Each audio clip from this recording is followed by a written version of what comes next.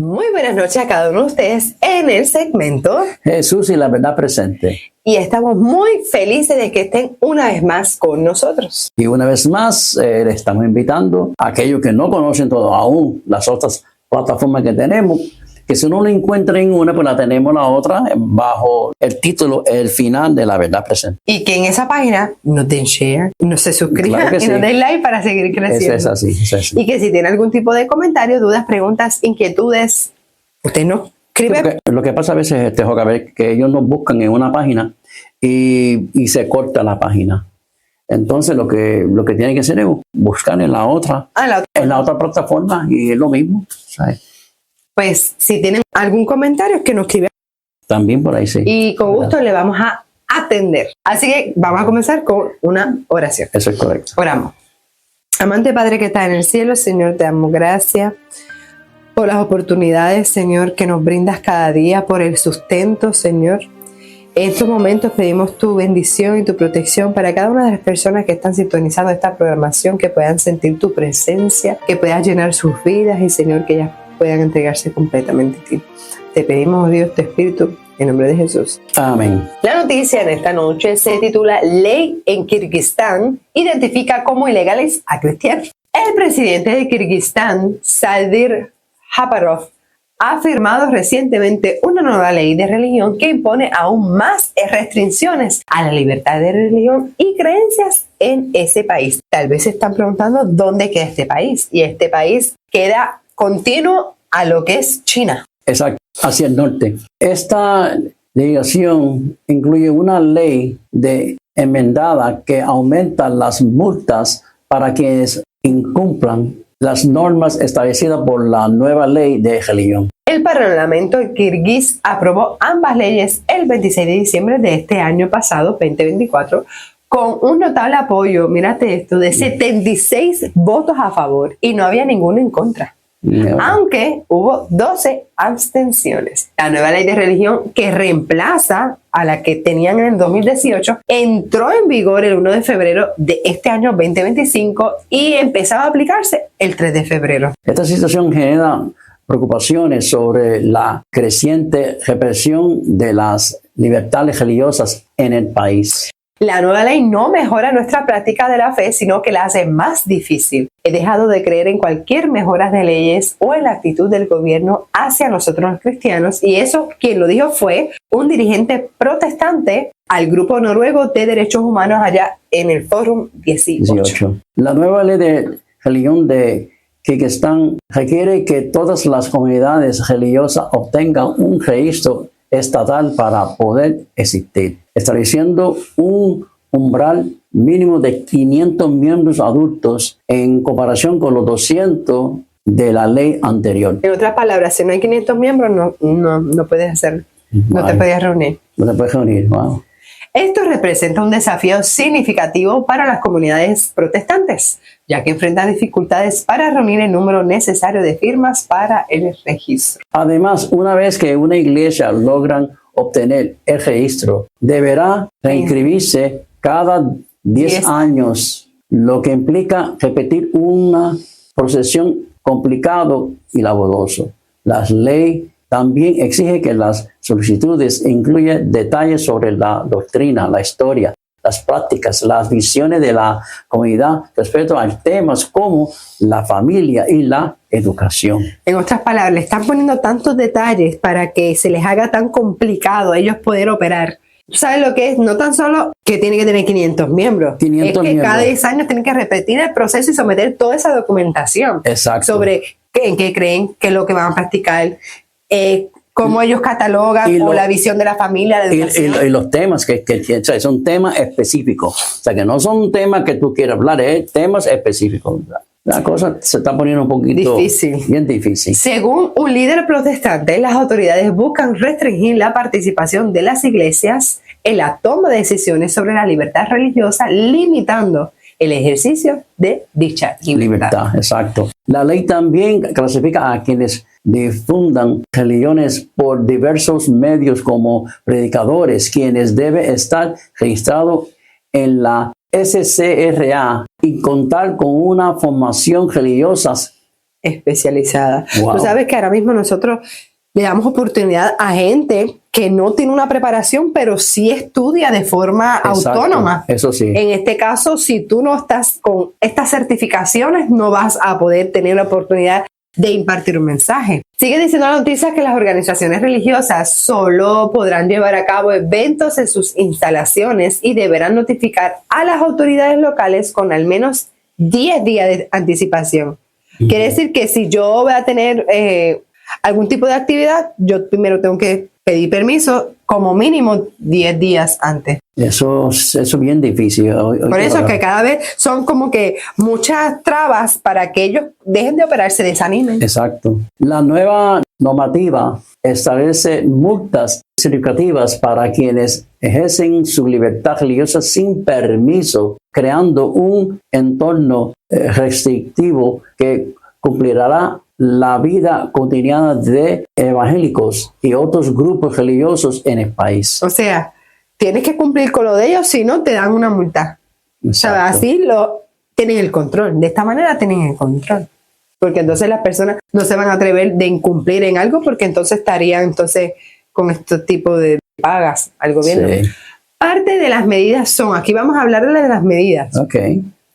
Censura de todos los textos y materiales religiosos por parte de la SRA, que es la organización que certifica Sí. este proceso. Prohibición de distribuir literatura o materiales religiosos en lugares públicos.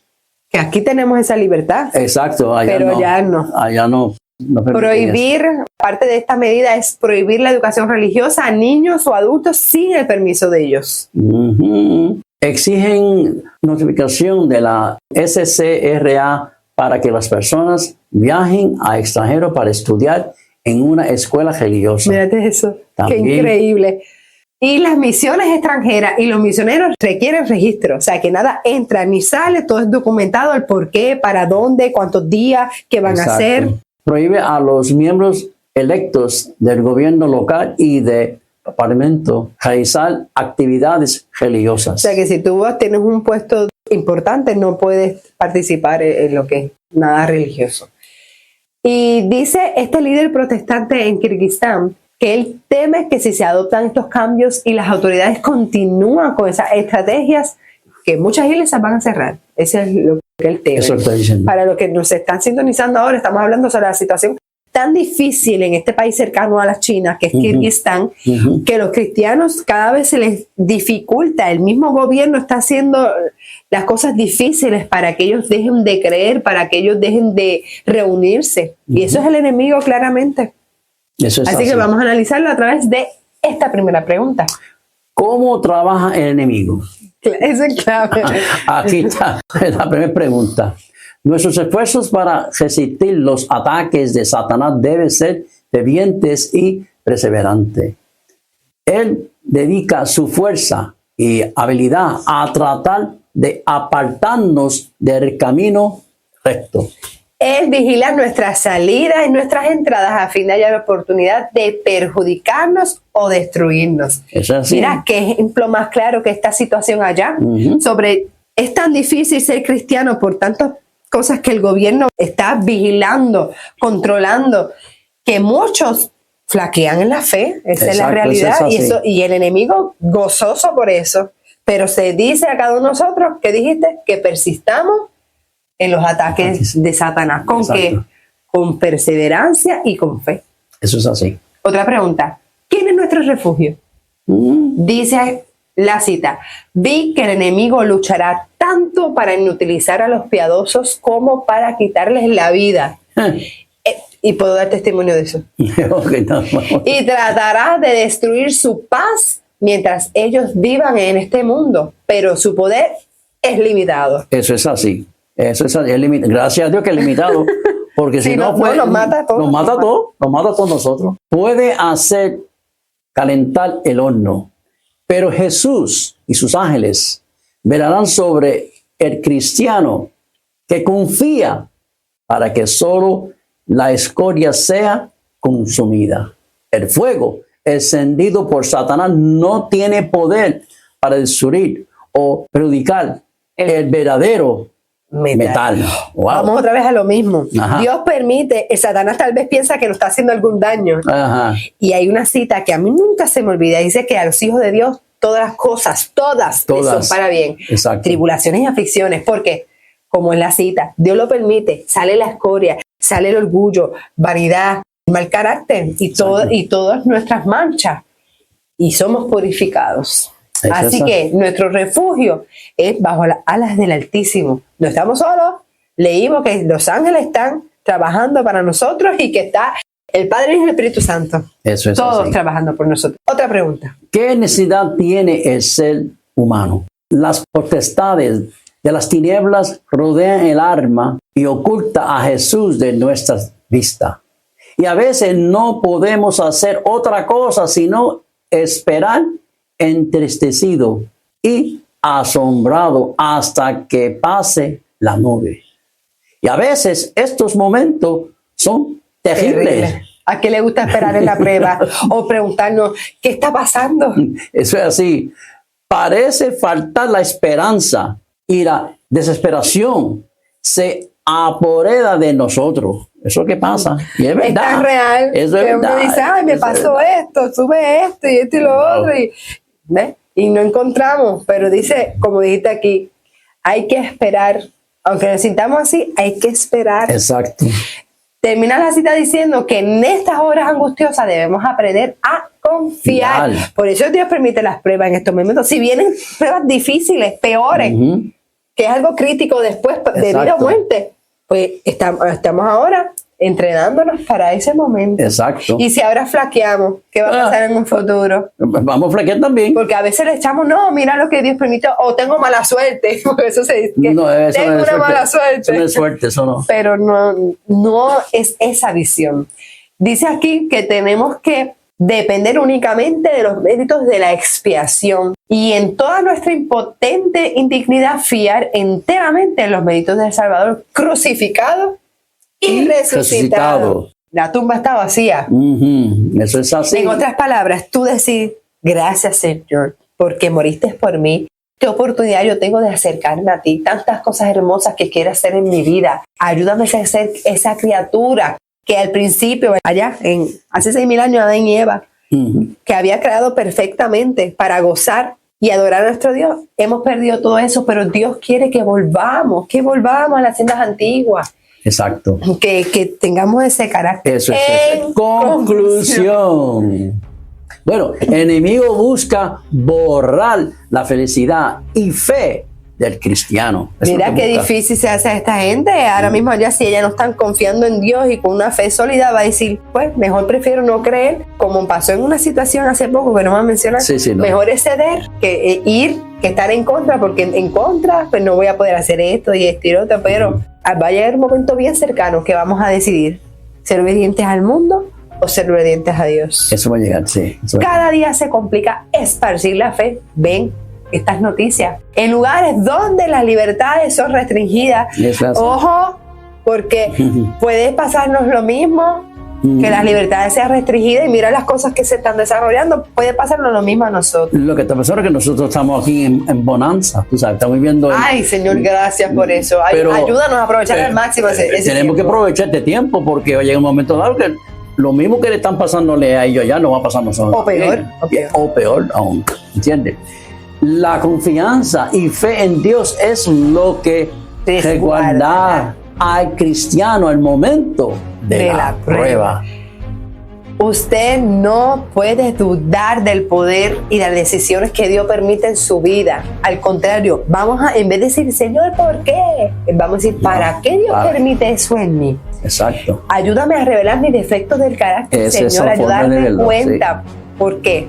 Porque es que es la única forma de nosotros vencer, Ujú. que dejemos el yo atrás y que seamos una nueva criatura caminando con Cristo hacia la patria celestial. Nadie se va a quedar aquí si este mundo va a ser destruido. Eso es, ¿verdad? Satanás quiere que nos envolvamos con tanta riqueza, música, tantas cosas, pero no enfóquese que Dios tiene grandes cosas para nosotros, un mundo donde no va a haber enfermedades ni tristeza.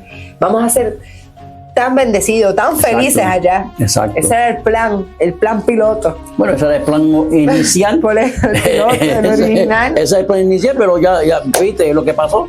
Y aquí llevamos ya casi los 6,000 y pico de años ya. Así que despertemos, busca a Dios y Él obrará con poder. Y usted, si no tiene fe, pida fe. Eso es así. Así que, ¿qué? Maranata, Cristo viene.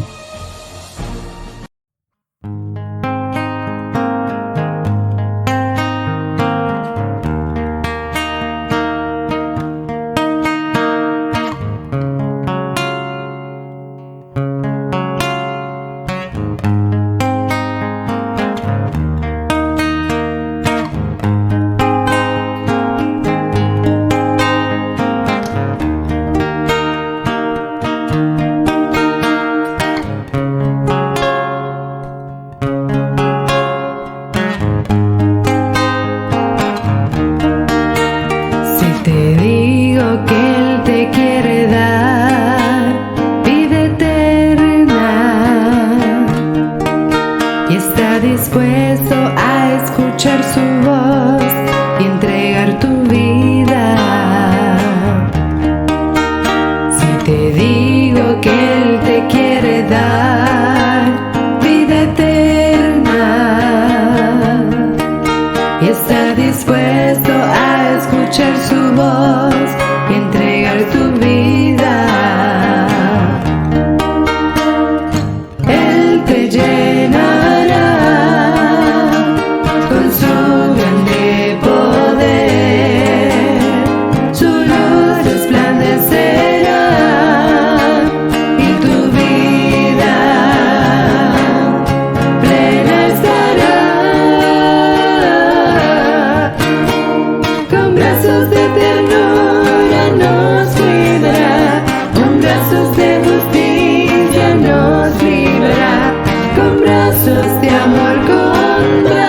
de amor de siempre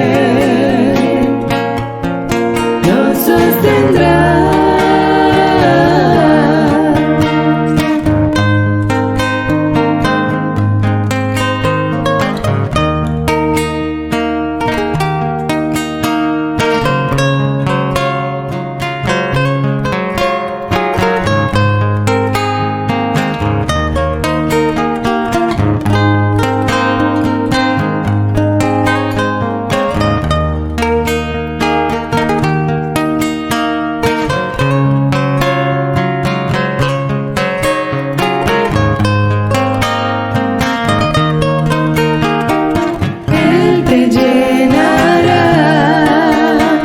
Con su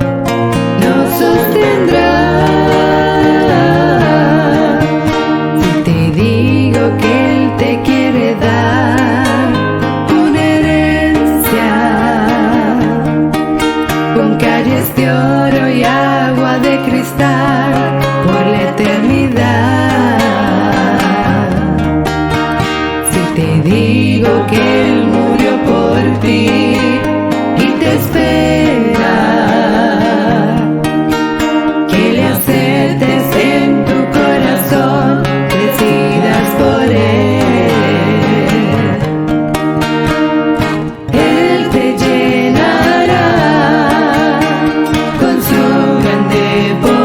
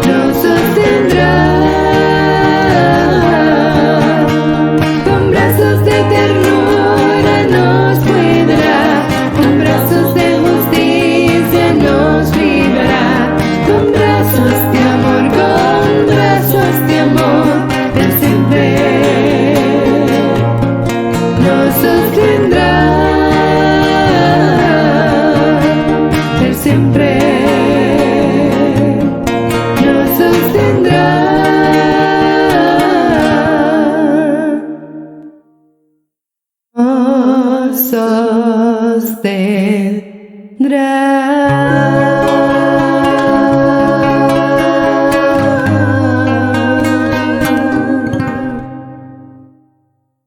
Saludos para todos, tanto los que están presentes como aquellos que están a través de las redes sociales. Estamos aquí para continuar la programación que comenzamos anteriormente en relación a intromisión de grupos disidentes dentro de la Iglesia Adventista con el propósito de obstaculizar el avance de la Iglesia. Nosotros entendemos que Dios, cuando creó al hombre, esperaba que el hombre fuera fiel al cometido del Señor, que fuera obediente a las leyes, a los deseos del Señor, pero lamentablemente se introdujo un enemigo y ahora en la actualidad tenemos este conflicto cósmico del que tanto se habla y del cual forma parte, por supuesto, la Iglesia Adventista del Séptimo Día. De que la Iglesia Adventista es la Iglesia de Dios, eso está claro. Eso está descrito en la Sagrada Escritura. Y la descripción, las características son claras. Guarda los mandamientos de Dios, tiene la fe de Jesús, tiene el testimonio de Jesucristo, sigue al Cordero por donde quiera que va. Está descrito allí con toda claridad, desde el Génesis hasta el Apocalipsis, pero esas señales mayormente están escritas en el libro de Apocalipsis, en el capítulo 12, el versículo 17 y el capítulo 14 de Apocalipsis, los versículos 1 en adelante.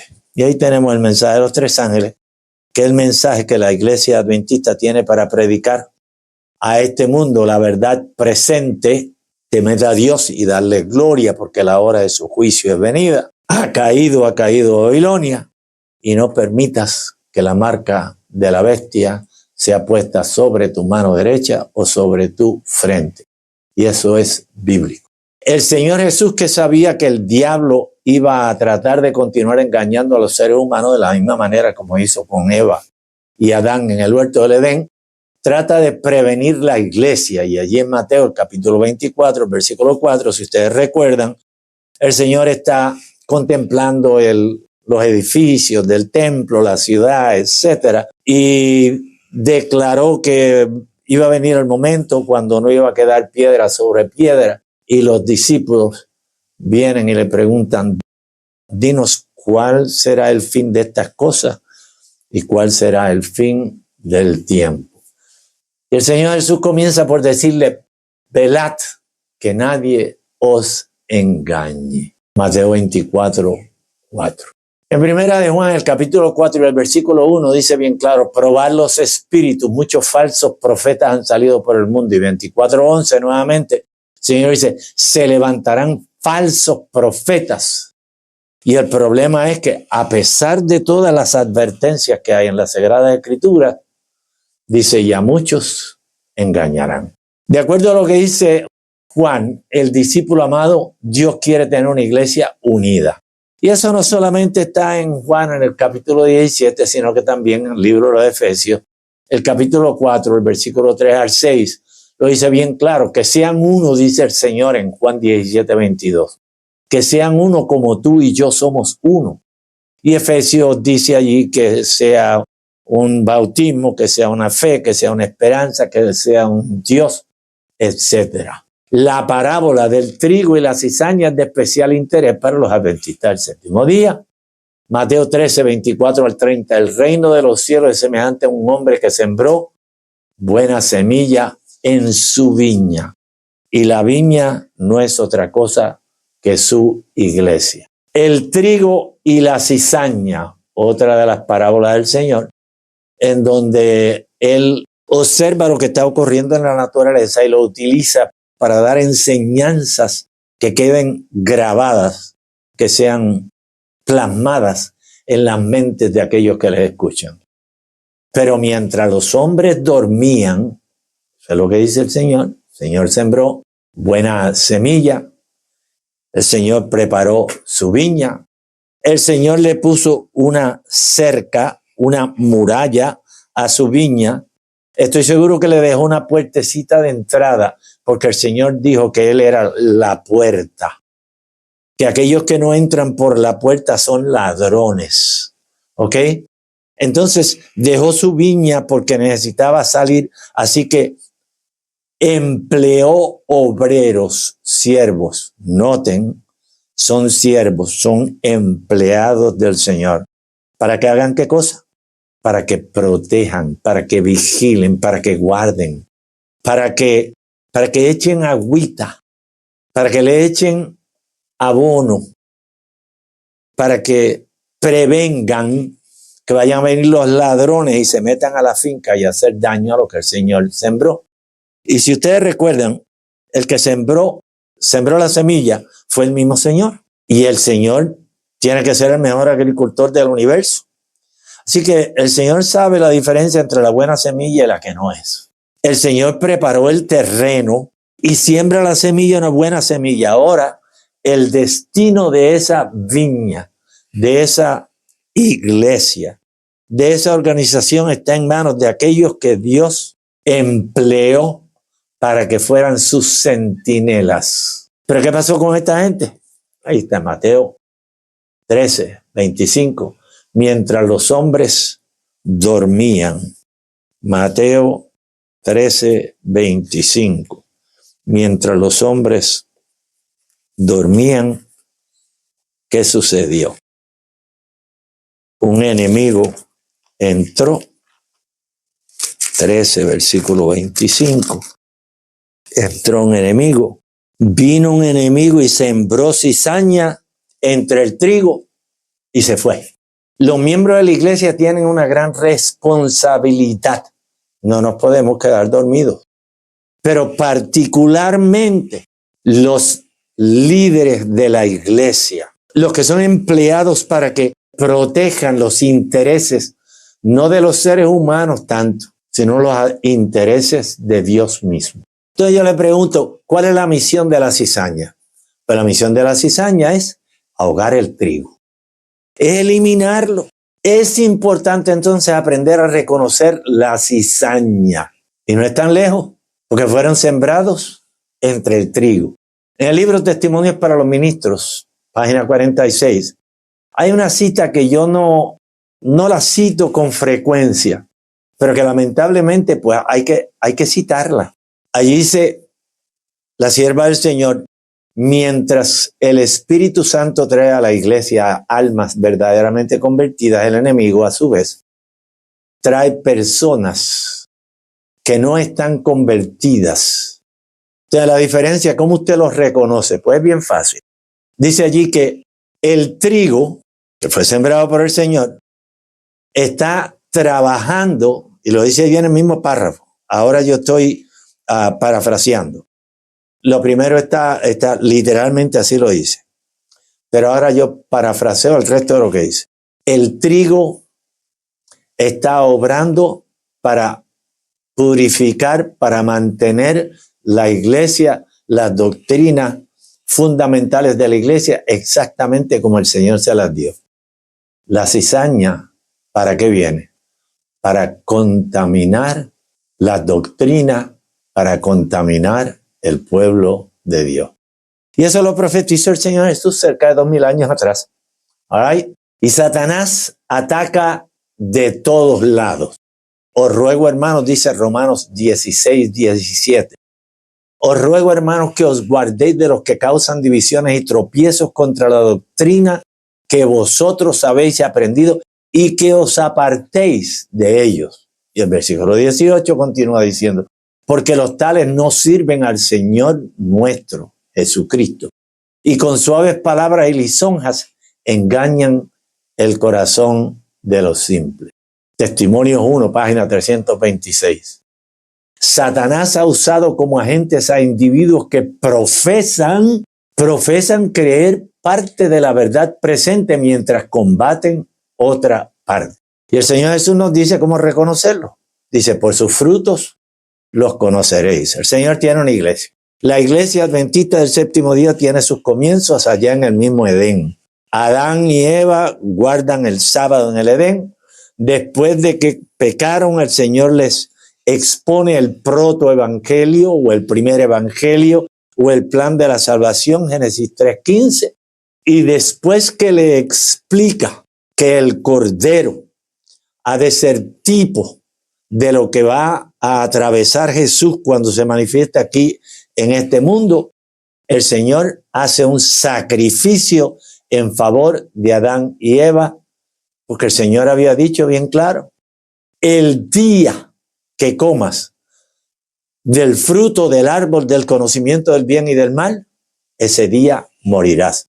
¿Por qué no murieron ese día? Porque el Señor Jesús intervino a favor de Adán y Eva y los vistió con las pieles del sacrificio del Cordero que tipificaban la justicia de Cristo. Así que las hojas de higuera que tipifican la justicia del hombre fueron quitadas de Adán y Eva, y las de piel que tipifican la justicia de Cristo duradera, que va a atravesar los problemas que ellos van a encontrar fuera del Edén, pues esas tipifican la justicia que el Señor nos lega después de que Él estuvo aquí en esta tierra. ¿Cuál es la metodología diabólica? El Señor Jesús lo dijo bien claro. Él dijo en Mateo 7:16, por sus frutos los conoceréis. Y el diablo es la manera como ha podido introducir, mantener sus ideas en el mundo, causando división en la iglesia. Y eso lo tenemos desde el principio. Y lo vemos desde el mismo huerto del Edén. Si Eva se hubiese mantenido con su esposo, como le había dicho el Señor, no se hubiese puesto a mirar la invitación de aquel árbol codiciable, que yo era un fruto muy lindo, y ella quiere acercarse más. El Señor se lo dijo bien claro, no vayas al centro del huerto, ni toques. Y el Señor no lo refiere, no lo dice. Pero cuando la serpiente le dice con que el Señor no quiere que ustedes participen de ninguno de los frutos de los árboles que Él tiene aquí en el Edén, y Eva lo corrige y le dice, no solamente que no quiere que no comamos de él, sino que ni siquiera debemos tocarlo. ¿Okay? Así que Eva entendía muy bien lo que el Señor les había dicho. Pero lo más importante lo pasó por alto. No se separen el uno del otro. Y una vez que están fracturados, que están separados, ahora ella fue víctima fácil de la serpiente. Es lo que ha ocurrido en la historia del adventismo. Desde que la iglesia fue originada, la iglesia adventista del séptimo día, fue organizada como la séptima iglesia, la iglesia de la Odisea en el año 1863. Después de que en el 1844 comenzó a desarrollarse un grupo de individuos que creían, más o menos tenían los mismos principios, valores, creencias, doctrinas en mente. Y entonces esos individuos pues comenzaron a unirse hasta que en el año 1863 finalmente es organizada la Iglesia Adventista del Séptimo Día, organizada. Pero el origen de la iglesia data desde el mismo Edén. Adán guardaba el sábado y después que Jesús le dio el evangelio a Adán y Eva, pues ellos sacrificaban un cordero con la esperanza de que lo que tipificaba ese cordero se iba a cristalizar muy pronto, ora en su familia o en una familia futura a la de ellos. Por lo tanto, ellos creían en el Mesías que iba a venir, el advenimiento de un Cristo. Cristo es Mesías, ungido. ¿Ok? Entonces ellos creen ahora en la venida de Jesús, el advenimiento. Por lo tanto, ellos son adventistas. Y por cuanto guardaban todos los mandamientos de la ley de Dios, incluyendo el sábado, eso los convertía en adventistas del séptimo día, y ese es el caso que tenemos de Abraham, tenemos el caso de David, tenemos el caso de Salomón, de ahí en adelante todos los profetas, los apóstoles cuando estaban aquí en la tierra, ellos guardaban el sábado, creían en el advenimiento de Jesús. Y como si eso fuera poco, señores, te lee Juan 14, 1 al 3, en donde dice el mismo Jesús, ¿ok?, que él regresaría para tomarlos consigo, para que donde ellos estaban, también, donde él estaba, ellos también pudieran estar. El versículo dice bien claro: no se turbe vuestro corazón, creéis en Dios, creed también en mí, en la casa de mi Padre muchas moradas hay. Si así no fuera, lo hubiera dicho, voy pues a preparar lugar para vosotros, y si me fuero a preparar el lugar, vendré otra vez, os tomaré a mí mismo, para que donde yo estoy, vosotros estéis también. Así que si él promovía el segundo advenimiento de Jesús, entonces Jesús mismo, mientras estaba aquí en la tierra, creía en el advenimiento, promovía el advenimiento, por lo tanto era adventista. Y Lucas 4:16 dice que él asistía a la iglesia los sábados, así que Jesús era adventista del séptimo día. Tenemos ejemplos de individuos que parecían ser trigo que no había medio de que pudiera ser invadido. Sin embargo, el doctor John Kellogg introdujo el panteísmo. Dwight Cartwright, un pastor muy prominente en la iglesia adventista, se volvió bautista. Movimiento Carne Santa en Indiana, adventistas que comenzaron a promover la idea de que ellos habían sido santificados, por lo tanto, aunque ellos pecaran, no había problema ninguno, ellos iban a ir para el cielo. La reforma alemana, que viene después del problema que surgió en el año 1914 con la Primera Guerra Mundial, en donde algunos adventistas portaron armas, y entonces Luis Conradi, el hombre que estaba a cargo de la asociación allá europea, pues ellos creían, estaban seguros, y ellos estaban en lo correcto, de que no debían participar de la guerra aquellos que creían en el adventismo. Así que, siendo que algunos en los Estados Unidos pues se unieron al ejército de los Estados Unidos, pues estos que creían diferente en Europa pues se separaron de la iglesia, y a pesar de que el pastor Daniels fue para allá, para Europa, y le dice al pastor Conradi: mire, ustedes tienen razón, y nosotros vamos a hacer exactamente lo que dice la Biblia, el espíritu de profecía. Pero Conradi ya había hecho su decisión de que se iba a separar de la iglesia, y terminó separándose de la iglesia. Y la iglesia que nosotros vemos hoy día como la iglesia adventista reformada o de la reforma, pues surge allí en Alemania, comienza a distribuirse por diferentes lugares del mundo, llega a los Estados Unidos, y cuando llega a los Estados Unidos, entonces acá los miembros de la iglesia en los Estados Unidos tienen una opinión diferente a la que tenía la iglesia de la reforma en Alemania, así que surge un nuevo movimiento, el movimiento MSI, Reforma Americana, en el año 1951. Anna Phillips, 1916, aseguraba tener visiones y el don profético. Los hermanos Brinsmith, Robert y el otro, que vinieron de Australia, ¿ok? Estos estaban promoviendo la idea de que no había un santuario como tal, que no era una cosa literal. A ellos les sigue Desmond Ford, que rechazaba la doctrina del santuario en toda su totalidad. Y de allí en adelante pues vienen otros lobos vestidos de oveja. Están dentro, pero no son parte de la iglesia. ¿Ok? Y ese es el problema. Surge un nuevo movimiento en el año del 1928 a 1930.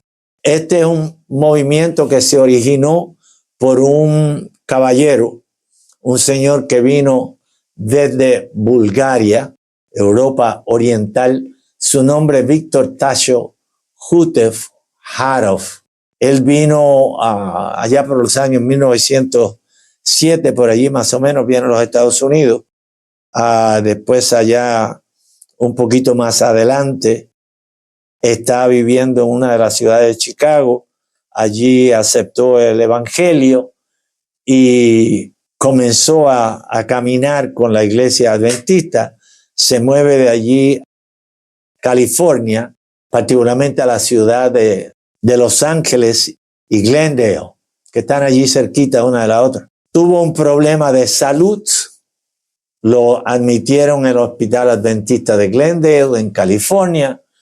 El cuidado médico no estuvo a la altura de sus expectaciones y volcó su frustración en contra de las doctrinas de la iglesia.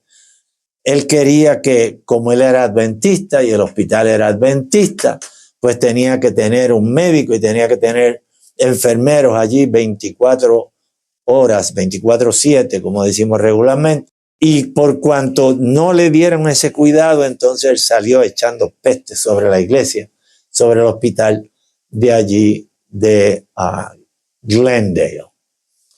Una vez en la iglesia, él asistía a una iglesia en Los Ángeles y allí lo hicieron maestro de escuela sabática. Inmediatamente tenía ya una posición de liderazgo dentro de la iglesia. Comenzó a diseminar sus ideas, la forma personal de interpretar las Sagradas Escrituras. Como les dije, vino de Bulgaria, tuvo que abandonar el país a medianoche por problemas con el gobierno.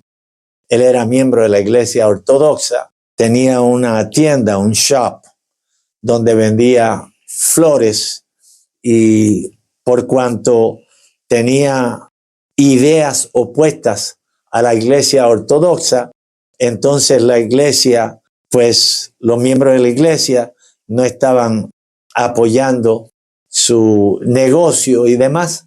Así que por cuanto tenía problemas, decidió que debía salir de allá de Bulgaria. Aparentemente tenía 3 hermanos y 3 hermanas, una esposa, y todos fueron dejados en Bulgaria y vino a los Estados Unidos en el año 1907 cuando tenía 22 años de edad. En 1919 se bautizó en Rockford, Illinois. A los 34 años, en 1920 se mudó a California, a Los Ángeles. Tenía 38 años. En 1923 fue ingresado en el hospital Glendale. Yo tuve la oportunidad de estar en este hospital, estar en esta ciudad con el propósito de hacer algunas de las investigaciones que yo estaba haciendo y reunirme con algunos de los miembros del grupo que este caballero comenzó allá en Los Ángeles en los años 1930. Salía enojado, quejándose del cuidado médico. En 1928, en la iglesia The Tabernacle, en Los Ángeles, California, lo hicieron maestro de escuela sabática. Y mientras estaba fungiendo como maestro de escuela sabática, comenzó a introducir ideas personales de él en relación a la lección que estaban estudiando y en relación a algunas de las profecías bíblicas. En el 1930, por cuanto la iglesia, algunos de los hermanos comenzaron a quejarse al pastor y el pastor le dijo que lamentablemente no podía continuar enseñando esas ideas personales, él decidió comenzar a estudiar fuera de la iglesia en una casa particular en las tardes. Comenzó a promover con algunos de los hermanos que decidieron ir a estudiar con él, comenzó a promover sus ideas. En el año 1930, él escribió un manuscrito. El volumen 1 de ese manuscrito, de ese libro, se intitulaba La vara del pastor, The Shepherd's Rod. Así que por eso es que el nombre de la vara del pastor se le adjudicó, se le dirigió a este grupo en particular. Para ese tiempo, cuando él le entregó al pastor F.C. Gilbert, un judío que era secretario de la Asociación General, este señor Víctor Houteff tenía 45 años de edad. Para 1932 escribió el segundo volumen de La Vara del Pastor, The Shepherd's Rod, Volume 2. Aparte de estos dos libros, él escribió tratados que les llamaba Timely Greetings, TGs, y además otras revistas que le llamaba los códigos simbólicos. En estos tratados y en estos pequeños libros y demás que él estaba escribiendo, él exponía sus ideas en relación no solamente al desarrollo de la iglesia adventista, sino las doctrinas erróneas que tenía la iglesia adventista, las veces que la señora Elena G. White no había completado sus revelaciones, y él decía, él señalaba de que el Espíritu Santo lo había elegido a él para que él diera seguimiento a lo que comenzó la señora White, porque la señora Elena White no terminó su ministerio. Así que el Señor ahora levanta otro profeta conforme a lo que él pensaba, lo que él creía, algo que era completamente absurdo, que no tenía las credenciales ni tenía los señalamientos bíblicos para adjudicarse ese título de profeta, pero sin embargo, él decidió hacerlo de esa manera. En el 1935, este hombre con sus seguidores tenía 12 personas que le seguían fielmente, que pasaron desde Los Ángeles, California, se movieron a Waco, Texas, entendiendo que el mensaje de la vara del pastor iba a ir del oeste hacia el este. Alguna cita que encontró de la Biblia, y él la interpretó de esa manera, que el mensaje tenía que avanzar en dirección al este. Así que él llegó a Waco, Texas, Mount Carmel Center, levantó un centro allí, compró 167 acres, cuerda de terreno. Luego ascendieron a 377 acres. Y para ese tiempo ya él tenía 50 años. En el 1937 se casó con una niña de 17 años. Él tenía ya ahora. En el 35 tenía 50 años. En el 37 había alcanzado ya 53 años de edad y minado de muchas enfermedades. Él dijo ser el último profeta de Dios y que solo él podía interpretar las profecías del fin. Y eso lo dice en un libro que tiene él, que escribió él. Se llama The Shepherd's Rod Series, la página 522, páginas 24 a 25 en los libros, en las secciones singulares, pero él tomó esas secciones y las fue uniendo. A ello le añadió el primero y segundo volumen de La Vara del Pastor, y entonces pues él hace todas estas declaraciones. Sin lugar a dudas, este hombre tenía una ideología de grandeza. Él quería crecer, y como en la iglesia no le habían dado la oportunidad, tan pronto él comenzó a hacer sus interpretaciones personales, lo limitaron, lo descontinuaron, pues el hombre quería probar que él sí era una persona sumamente importante. Yo conseguí unas cuantas fotografías de él y aquí pues las incluyo junto a algunos de los miembros que estaban con él en la ciudad de Waco, Texas. Y para aquellos que estaban vivos en el 1992, 93 y 94, recuerdan lo que sucedió en la ciudad de Waco, Texas, en donde hubo una invasión prácticamente de lo que se llamaba entonces el Mount Carmel moderno o el rancho Apocalipsis, en donde murieron varias docenas de personas porque decidieron llevarle la contraria a una de las organizaciones de las leyes de los Estados Unidos, ATF, y terminaron la mayor parte de ellos falleciendo allí en ese campamento. Hombres de experiencia que examinaron las doctrinas de Víctor Tasho Hutef. En otras palabras, la iglesia no lo desfraternizó por la idea de un solo individuo en la iglesia, todo lo contrario. A este hombre se le dieron oportunidades, desde el pastor local de la iglesia donde él era miembro, hasta miembros de la asociación general. En 1929, el pastor Bronson, Pacific Union Conference President, el presidente de la conferencia de la Unión del Pacífico, intervino con Víctor Hutef.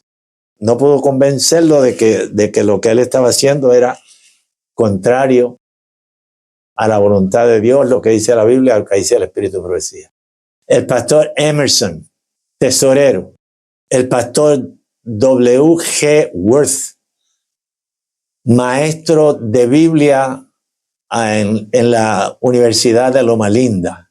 El pastor Scott y el pastor Fullerton, o más bien Scott, el pastor de la iglesia de Fullerton en Los Ángeles.